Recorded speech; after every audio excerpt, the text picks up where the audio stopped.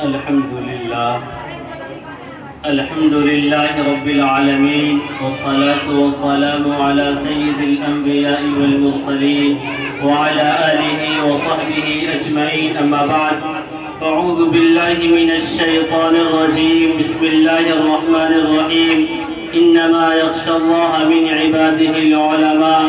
صدق الله العظيم. شمن روئے ہنسے شبنم بیابا پر نکھار آئے، شمن روئے ہنسے شبنم بیابا پر نکھار آئے، ایک ایسا بھی نیا موسم میرے پروردگار آئے، وہ سر کھولے میری ناش پر دیوانہ وار آئے، اسی کو موت کہتے ہیں تو یا رب بار بار آئے۔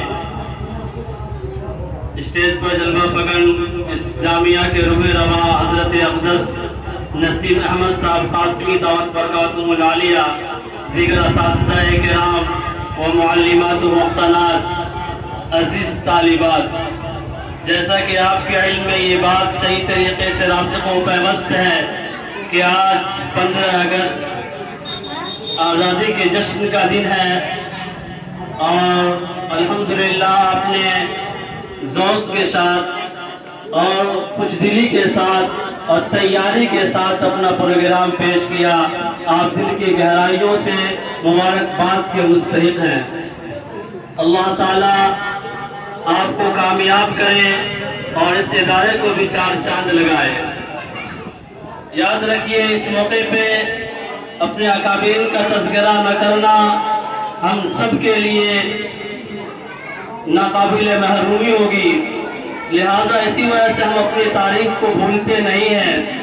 اپنے اکابرین کا تذکرہ موقع بموقع درسیات میں، غیر درسیات میں، آزادی کے ایام میں یا غیر ایام میں کرتے رہتے ہیں کہ ان جیالوں نے جن سرفروشی کے ساتھ اس دیش کو آزاد کرایا اور ہم سب خوش دلی کے ساتھ یہاں اپنے دیش میں رہ رہے ہیں، یقیناً ان کا یہ مجاہدانہ کردار ہم سب کے لیے باعث فخر ہے، اس لیے کہ ہم جس دیش میں رہتے ہیں یہ ملک ہندوستان بڑی قربانیوں کے نتیجے میں اور بڑی آزمائش کے نتیجے میں اور خون کے ایک دریائے جو ہوتی ہے ان تمام نتیجے میں یہ آزاد ہم لوگ رہ رہے ہیں، بس رہے ہیں۔ یوں تو اگر تاریخ کے اوراق کو دیکھا جائے تو آپ کو اندازہ ہوگا کہ جب انگریز اس ملک کے اندر آیا تو اس کی آگے کی تاریخ جب ہم پڑھتے ہیں تو 1498 کی تاریخ ہے کہ انگریز دھیرے دھیرے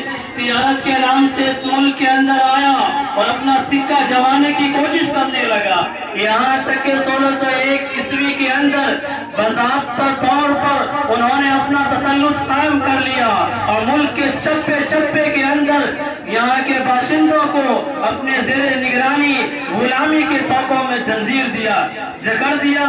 فرمایا گیا کہ ایسے نازک حالات میں شاہ ولی اللہ محدثی دہلوی رحمۃ اللہ علیہ نے علم جہاد بغاوت بلند کیا اور ان کے فرزند شاہ عبد العزیز نے علم جہاد بلند کیا۔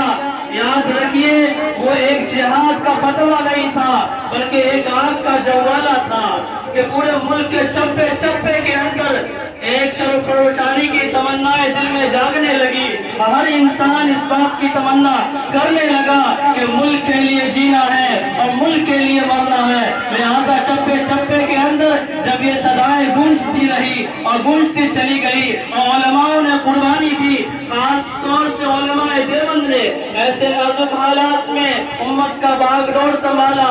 انڈیا کی تاریخ اور ہندوستان کی تاریخ میں یہ بات لکھی ہوئی ہے کہ تحریک دیوبند جب حضرت مولانا قاسم نانوتوی رحمۃ اللہ علیہ نے دارالعلوم دیوبند کا 30 مئی 1866 عیسوی کے اندر قائم کیا، صرف اور صرف یہی مقصد تھا کہ اسلام کا تحفظ ہو سکے، اس دیش کا تحفظ ہو سکے، اور بڑی مجاہدانہ کردار کے ساتھ حضرت نے اسلام کی آبیاری فرمائی۔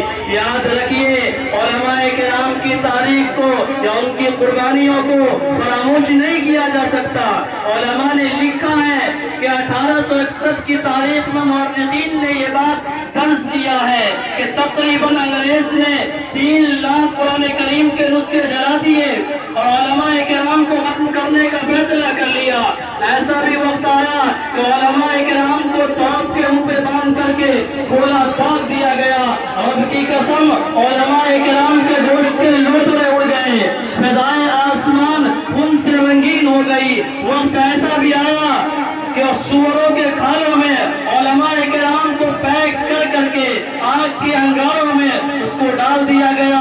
وقت ایسا آیا کہ لاہور کی جامع مسجد میں انگریز نے پھانسی کا بندہ تیار کیا اور ایک ایک دن کے اندر 80 علماء کرام کو سولی پر لٹکایا گیا. وقت ایسا آیا تو علماء کرام کو بوڑیوں میں باندھ کر کے دریاؤں میں ڈال دیا گیا اور اوپر سے گولیوں کا نشانہ بنایا گیا. لیکن وہ عظیم پیکر اور علماء کرام سے یہ کہا گیا کہ او مولویوں, او ملاؤ, صرف ایک بار یہ کہہ دو کہ 1857 کے جنگ آزادی میں ہم شریک نہیں تھے, آپ کو آزاد کر دیا جائے گا, چھوڑ دیا جائے گا. لیکن وہ علماء کرام مجاہدان آزادی برسر پیکار کہنے لگے کہ ہم انگریز کے سامنے جھکنے والے نہیں ہیں, جان تو دے دیں گے لیکن ایمان نہ دیں گے. اپنے دیش کے لیے مر گئے, مٹ گئے, چلے گئے, لیکن دیش کے لیے ان تمام قربانیوں کے نتیجے میں یہ آزادی کا پیغام ہم تک دے کے چلے گئے. آج کے حالات کے تناظر میں 2025 کے اندر اگر وقت کا طاقت یا حکمران یہ سوچتا ہے مسلمان کہیں سے آیا ہوا ہے بغیر قربانی کے ہے, ان کو تاریخ پڑھنے کی ضرورت ہے, لال قلعہ کی دیواروں کو جھانکنے کی ضرورت ہے, انڈیا گیٹ کے اندر جو باتیں بھی لکھی ہوئی ہے ان تمام سطوروں کو پڑھنے کی ضرورت ہے. ہم اس دیش کے اندر بائی چوائس ہے, ہم اپنی قربانیوں کے نتیجے میں ہے, مریں گے تو اسی دیش کے مٹی میں دفن ہوں گے, وضو کرتے ہیں تو اس دیش کے پانی سے کرتے ہیں. لہذا ہمیں کوئی غداری کا ثبوت یا اس طریقے سے وفاداری کا ثبوت نہ مانگے.